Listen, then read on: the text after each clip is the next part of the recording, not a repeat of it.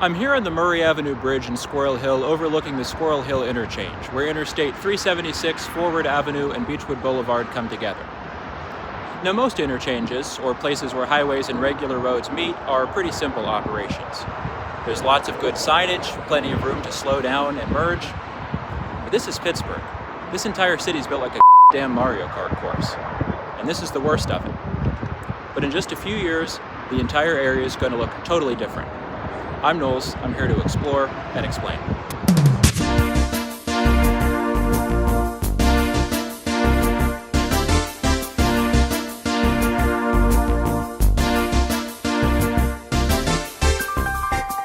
Pittsburgh is a city built more for mountain goats than for people, and that's hard enough to deal with when you have a city filled with huge steel mills, crisscrossing railroads, streetcar tracks, more bridges than Venice. But like any other American city, Pittsburgh was faced with a dilemma after World War II. Everybody seemed to be moving to the suburbs, and everybody seemed to be buying an automobile.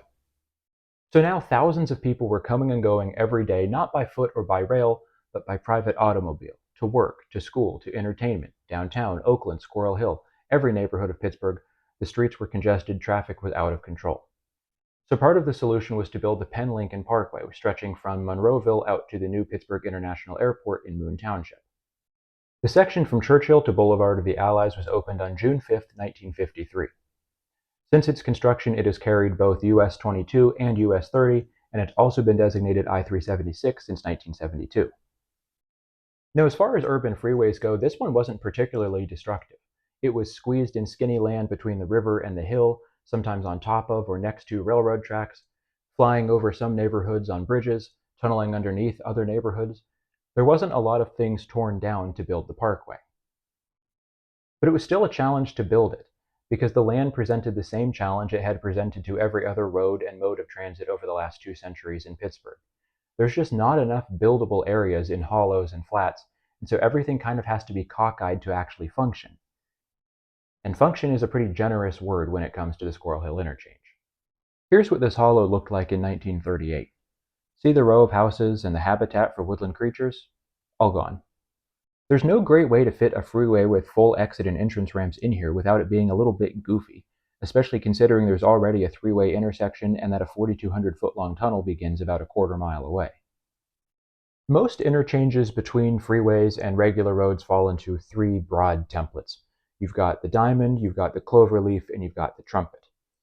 The diamond is your prototypical rural or suburban interchange where the roads meet at roughly 90-degree angles and there's 2 stoplighted intersections formed by the ramps coming out, or at the very least stop signs. Traffic takes turns, you have left turns. Very simple, easy to build. Then you've got cloverleaf, which is your more old school loop-de-loop kind of design, usually between a highway and a road with a higher capacity. They take up a lot of room. Trucks tend to turn over on those ramps very often. They create a lot of weaving patterns. They're not really safe for a number of reasons, and so they're not really built anymore for those reasons. Then you've got trumpet interchanges, which are usually found on tolled highways or in situations where the geography simply demands it and there can't be an exit on both sides of the road. The Squirrel Hill Interchange is none of those. It is its own beast. I call this type of intersection the scared squirrel. You can see he's laying here on his stomach with his tail up over his back and one leg sticking out to the side. His head is in the tunnel, presumably. I'm sure this is exactly what the highway planners had in mind and just wanted to have a little bit of fun, seeing as we're in Squirrel Hill. But I can assure you, it is not fun to drive. At all. So here's how this thing works. If you're coming out of Squirrel Hill and heading downtown, you just bear right and stay in your lane for about a half mile until it merges. That's the simplest part of all of this. If you're heading out of Squirrel Hill to Monroeville, you also bear right, but not as far right, and you weave into the westbound Beechwood Boulevard traffic, merge into a westbound off-ramp, and continue on Beechwood Boulevard for 950 feet or so before turning right onto the eastbound entry ramp. But your trial has only just begun. You come to a full stop and cross over the eastbound exit-only lane in under 500 feet, praying the whole time. Let's say you're coming down Beechwood from Greenfield and getting onto the Parkway. You have 2 choices, both of which will put you on a sunken entrance ramp. If you weave to the right, you can join the westbound traffic, and if you stay left, you can make your way up to the eastbound ramp with a stop sign. If you're driving eastbound on the Parkway and you pass that entry lane with the stop sign, you're just about to exit the road yourself. Slow down from about 60 miles per hour to 25 or so and take your pick of 3 lanes that appear simultaneously. You can either go to Squirrel Hill via Forward Avenue or to Greenfield via Beechwood. Just be happy you're not driving south on Forward and turning left into that. Oh, and if you wanted to go from eastbound Parkway to westbound Beechwood, you have approximately 0 feet to merge across the eastbound exit ramp before turning about 150 degrees. Finally, if you're coming out of the tunnel, your exit appears very quickly and requires you to take a 90-degree turn and head onto the wrong side of the road across the parkway before your spine realigns itself as you merge across the eastbound exit and take your own pick of those 4 aforementioned lanes. It's like riding all of Kennywood's roller coasters at once, but cheaper. Unless you think about the medical bills. Oh yeah, and there's a bus stop in the middle of it. How do you get out there if you're not on the bus? I have no idea. Now that's bad enough, but it does get worse. If you continue up Beechwood Boulevard to the south, you intersect with Monitor Street. Fun fact, by the way, Beechwood Boulevard is so crooked it actually intersects with Monitor Street 3 different times. But anyway, the intersection functions like this. If you've just left the parkway and are heading south, you'll either be in a left turn lane or a straight lane. Easy enough. But no U-turns, you have a turnaround lane for that. Northbound Beechwood splits to accommodate its grade separation up the way, but that means that left turns from Monitor, and if you didn't take the slip lane you have to turn left, take longer, and if traffic is backed up, can be very difficult to perform. Because remember, there's no light here, just one stop sign. I was actually going to make fun of this 800-foot-long multi-use path that goes from a natural gas gauging station up to a marijuana dispensary, but it's been the only way I've actually been able to walk down to the Monitor and Beechwood intersection twice for filming for this video, so kudos to this path. It actually comes in handy for someone. And let's not even talk about the 5-way honk fest that is Forward, Murray, and Pocusset, because there are no plans to change this intersection. But that brings us to the meat of this video. PennDOT does have plans to entirely redo the Squirrel Hill interchange as well as the Monitor Beechwood intersection. And I thought the best way to tell you about that is to use the publicly available slideshow that was released after a public hearing back in February. So strap in. The first few slides of this are just going over the general information and the project goals, which I think are pretty self-explanatory at this point, making it safer for cars and pedestrians and cyclists, and also improving traffic throughput, though those two goals are usually at odds with one another. Down here on page 10 is the crash data. So from 2016 to 2021, a 5-year period, if for some reason you exclude 2020 like they did, there were 248 crashes, which is 50 per year, which is 1 each week. And as these heat maps show, the greatest number of crashes are in front of the tunnel, at the Forward Beechwood intersection, and on that sharp westbound exit curve. 47% of those were rear-enders, and I think the only surprise here is that that number is so low. Another 25% were fixed object crashes, which means people hit that wall on the westbound exit, which you can actually see the marks of when you drive that way. Clearly, that curve isn't just giving danger, as the kids are saying, it is objectively one of the most dangerous points of this interchange. Here's a diagram to show you how absurd the current design is, especially considering there are apparently 50,000 vehicles per day going through here. And they also list all the other problems this thing faces, like high traffic speeds on Beechwood, the noise levels, the risk of flash flooding because you put down a square mile of pavement over a valley that used to have trees and a stream running through it. There's also the stranded bus stop and the fact that it's extremely dangerous for pedestrians in general. And now, drum roll please, we have the first of 3 proposals, Alternative B. This would reconfigure it into a diamond interchange, if you remember that from a few minutes ago. This is where all the directions of movement would have their own slip lane, so those heading eastbound would begin to exit under the Greenfield Bridge and slowly climb up to a light on a new road that would then intersect with Beechwood in a separate lighted intersection. Those entering to head east wouldn't have a stop sign but would still have to merge into tunnel traffic. It is Pittsburgh after all.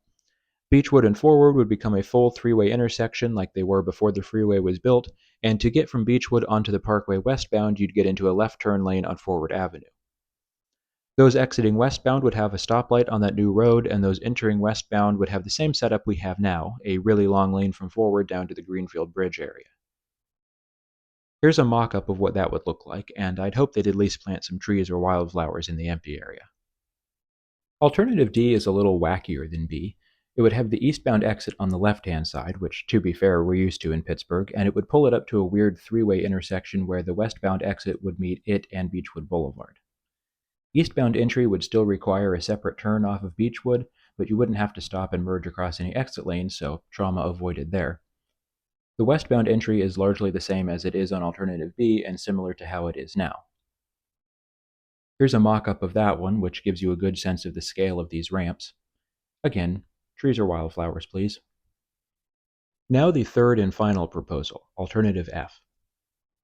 This is similar to alternative D with its swooping ramps, but the eastbound exit now meets up with Beechwood further to the east, leaving the westbound exit alone at its intersection with Beechwood.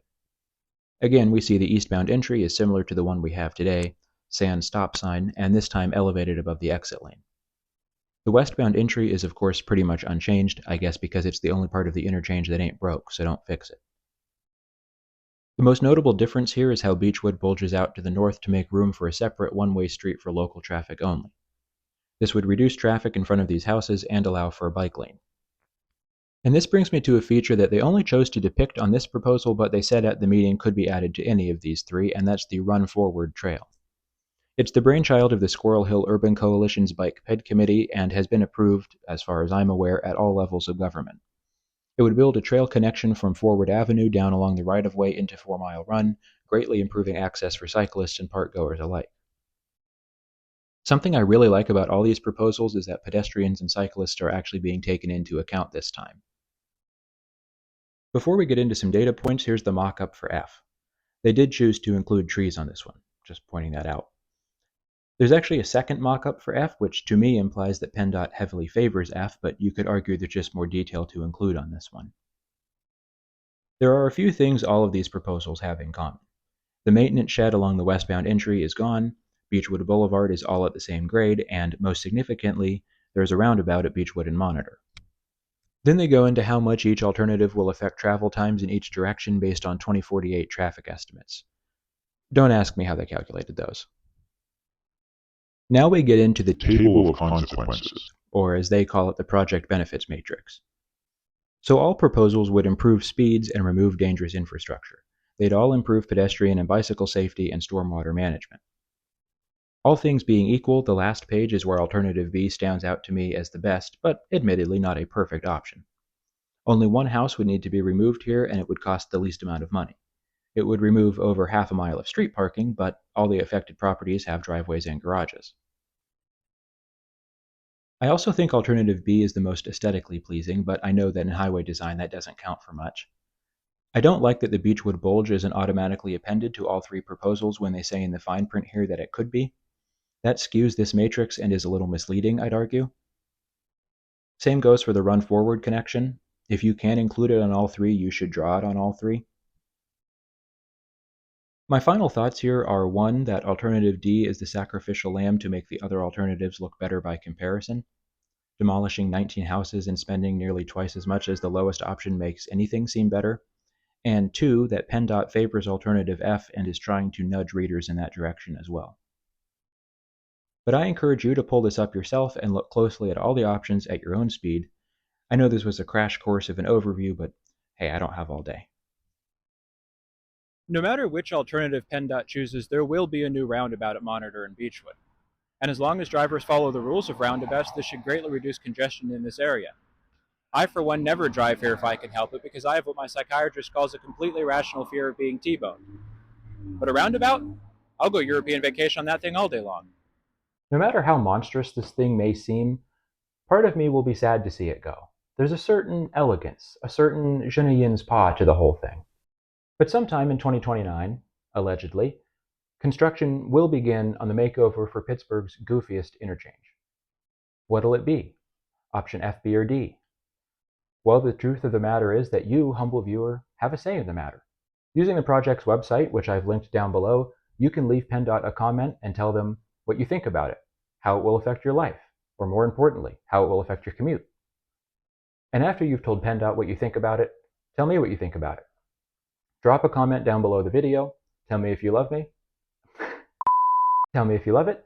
Tell me if you hate it. Tell me if you don't live around here and it doesn't affect your life whatsoever.